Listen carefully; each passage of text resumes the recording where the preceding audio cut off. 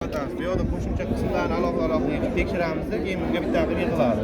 Buni aniq tushuntirib berib tushunarli qilib. Bu asosan vazifasi, masalan, quyosh panelidan olayotgan energiyani tarmoqqa chiqarib berish bo'ladi. Masalan, har birining o'zining alohida vazifasi bor. Bitta qilib oxirida plataga yig'iladi. Bundan kelgan maqsad shu qo'shimcha energiya ishlab chiqarish, ya'ni foydalanish. Ya'ni buning ichida shunaqa narsalari borki, tarmoqqa bo'layotgan nosozliklarni ham to'g'rilab ketadigan jarayonlar bo'ladi. Qayer? Masalan, ya'ni foydalanish jarayonida nagruska bilan qo'shimcha ko'proq to'kib olgan joyda o'shani to'g'rilab beradigan joylar bo'ladi. Mana bu platalarda mana masalan bu yoqdan 12 volt chiqarib bunga beradi. Qayerdan 12 volt chiqaradi? Mana bu uchtadan tranzistorlar. Bunga o'zi necha volt keladi? Qaysinga? Bunga. Bunga masalan 220 bersangiz ham bo'ladi yoki pastroq. Bu tomondan ham 12 ham 220 ham. Bu yoqdan chiqadi 12 volt. Bu yoqdan. Bu yoqdan mana. Yana 12 volt chiqarib bu yoqqa beradi.